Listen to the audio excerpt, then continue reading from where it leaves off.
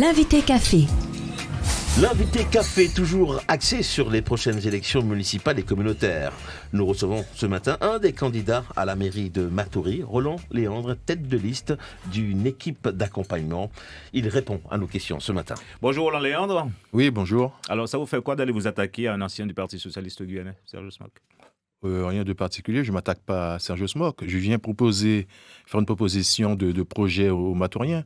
Je viens apporter Il n'y a pas d'esprit revanchard dans cette candidature? Absolument pas. C'est tout naturellement que je me suis retrouvé candidat parce que c'est la suite d'une trajectoire, d'une vie de militantisme, d'engagement auprès des Matouriens.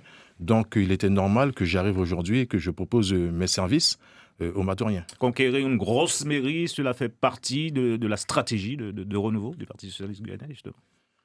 En tout cas, nous sommes du Parti Socialiste Guyanais, nous avons une vision effectivement très précise de notre pays, de la Guyane, et c'est clair que tous les militants du parti veulent le développement de ce territoire. Et moi, en l'occurrence, sur le territoire de Matoury, c'est cette même ambition que j'ai avec mes camarades qui, eux, sont sur d'autres communes du pays. Alors, pléthore de candidatures à Matoury, pas moins de 6, je crois. Comment expliquer cet attrait pour la commune? Non, Matoury, c'est une belle commune. Et moi, je peux concevoir qu'on ait envie d'apporter sa pierre pour que cette commune continue à évoluer dans les meilleures conditions. Et donc, moi, je suis un démocrate, je respecte totalement le choix des uns et des autres de vouloir apporter sa pierre. Mais toujours est-il que, c'est la démocratie. Hein. En tout cas, cela ne me dérange en rien qu'il y ait 5 ou 6 candidats. Alors, néanmoins, est-ce que vous n'avez pas l'impression de vous engager dans un véritable, on va dire, panier à crabe, compte tenu des dissensions de longue date au sein du personnel politique de la commune? Non, parce qu'il n'y a pas de panier à crabe, il y a simplement un projet que je propose. Parce que moi, l'ambition que j'ai pour Matoury, c'est de faire de cette ville la première ville économique de l'agglomération. Et donc, il y a du travail, il y a des choses à faire, il y a un embouteillage dont moi j'étais ce matin encore pris dedans. Donc, il y a vraiment des choses à apporter pour l'amélioration du cadre de vie des Matouriens. Donc, à partir du moment qu'on a l'ambition d'être aux côtés des Matouriens pour l'amélioration de leur quotidien, il n'y a pas de problème qui viennent par-dessus cela. Alors, les défis, effectivement, à relever sont nombreux dans cette commune. Sur le plan budgétaire, la Chambre régionale des comptes, dans son dernier rapport, préconise la mise en œuvre de mesures de redressement. Alors, comment comptez-vous gérer cela? Eh bien, moi, je pense qu'il faut bien comprendre que l'équipe qui est en place, qui a creusé ce déficit, puisque nous étions arrivés, quand nous sommes arrivés en 2014 avec l'équipe de Gabriel Sanville, de 2014 à 2017, nous avons retrouvé une commune qui était endettée à hauteur de 14 millions d'euros. Et nous avons réduit ce déficit à rien, puisqu'en 2018, il était prévu qu'on ait même une capacité d'autofinancement de plus de 4 millions d'euros. Ce qui veut dire que le déficit, il était totalement aboli. Et donc, cette nouvelle équipe, en une année, 2019, creuse un fossé de près de 13 millions d'euros dans ce budget. Et donc, il faut bien investir pour la commune. Et l'équipe propose, en l'occurrence, aujourd'hui, pour combler le trou, que l'impôt soit augmenté de 5% en 2020 et de 2% sur les exercices suivants. Ce qui veut dire 2021, 2% supplémentaires, 2022, plus 2%, 2023, plus 2%. Et il propose, pour toujours combler ce déficit, que l'octroi de mer soit augmenté de 1,5% par an et que la taxe sur le carburant soit augmentée de 2% par an. Voilà, donc voilà les propositions de l'équipe en place. Et vous? Mais absolument pas. Nous, il est hors de question qu'on augmente les impôts. Les Matouriens ne peuvent plus. Les retraités qui ont moins de 600 euros par mois ne pourront pas payer. Donc, il est hors de question. Et nous, la première démarche, c'est d'aller renégocier la dette avec la Chambre pour qu'il y ait un nouveau plan de redressement qui soit mis, mais non pas sur la base d'impôts, mais plutôt sur la base d'une gestion rationnelle des fonds publics.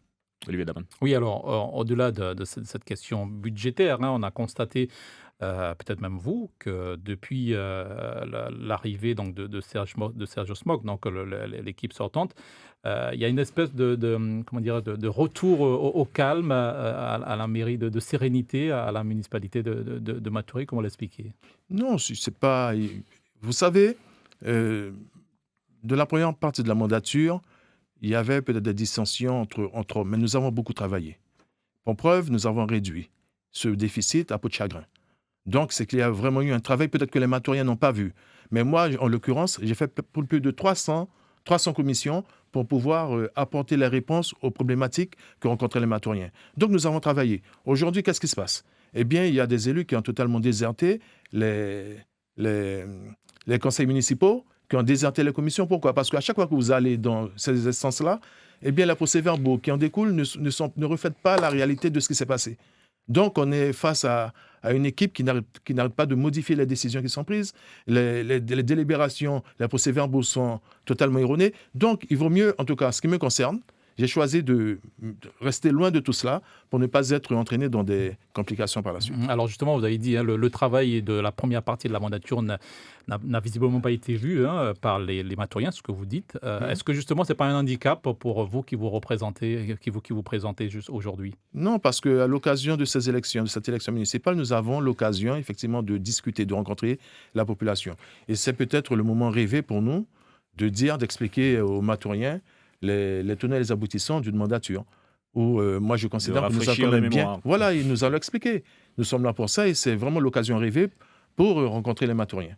Alors, Matoury, c'est cet épineux problème du foncier, mais également des squats, de l'habitat illégal et spontané de la commune. Alors, que dit votre programme sur tout cela? Ah non, alors, il faut bien dissocier les différentes situations qu'il peut y avoir.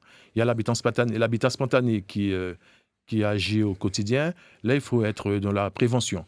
Il faut dimensionner les services de façon à ce que l'on puisse contrôler et faire que les gens n'aient pas l'occasion de venir s'installer sur des terrains appartenant à des privés ou à des collectivités. Donc cela, c'est la prévention qu'il faut.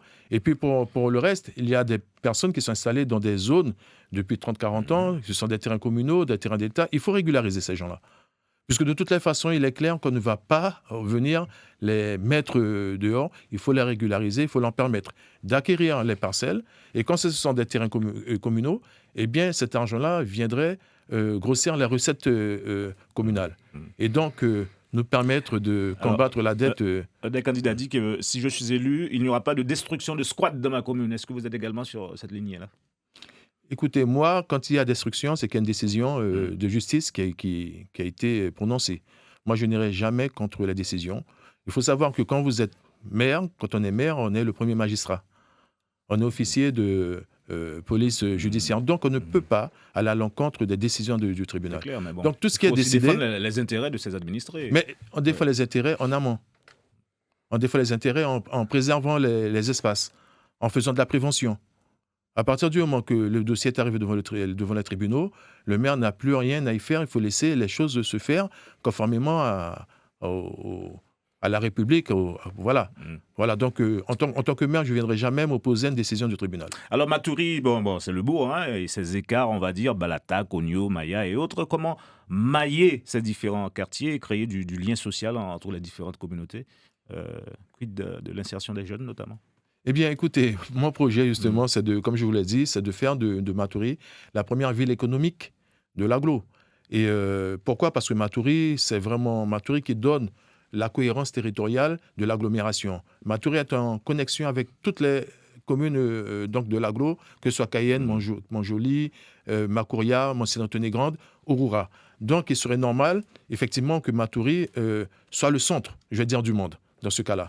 Et donc, pour cela, il faut combattre l'embouteillage. Les embouteillages qui sont vraiment une sorte de frein et qui empêchent les entreprises, en fait, tous les porteurs de projets de venir s'installer sur le territoire. Mais vous faites ça et comment? pour cela, il faut créer la route. Il faut une route. La route du centre que je propose, qui va être vraiment cette route qui va permettre de délester les deux voies, la RN2 et la Matourienne. C'est une route qui va mailler parce qu'elle va passer au centre de Matoury, comme son nom l'indique.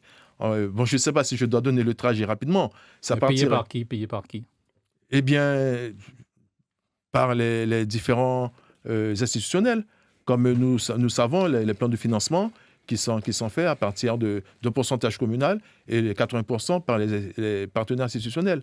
Nous restons dans le même schéma, en sachant que quand vous avez une commune, une collectivité qui gère et qui dégage d'une capacité d'autofinancement, eh bien, cette capacité d'autofinancement permet à la collectivité, justement, d'aller chercher les fonds. C'est ça l'intérêt de bien gérer. Et moi, notre équipe, nous avons l'intention vraiment de gérer la commune dans le respect des équilibres financiers.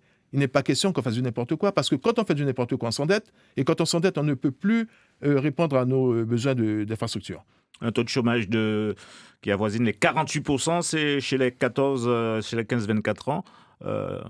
En matière d'insertion des jeunes Mais en matière d'insertion des jeunes, justement, le projet, que je n'aurai pas le temps de décliner, il est un peu long, pas le temps. autour de la route du centre, faire venir les entreprises, négocier avec elles, à chaque entreprise qui va s'installer, parce qu'on va rendre Matoury attractive.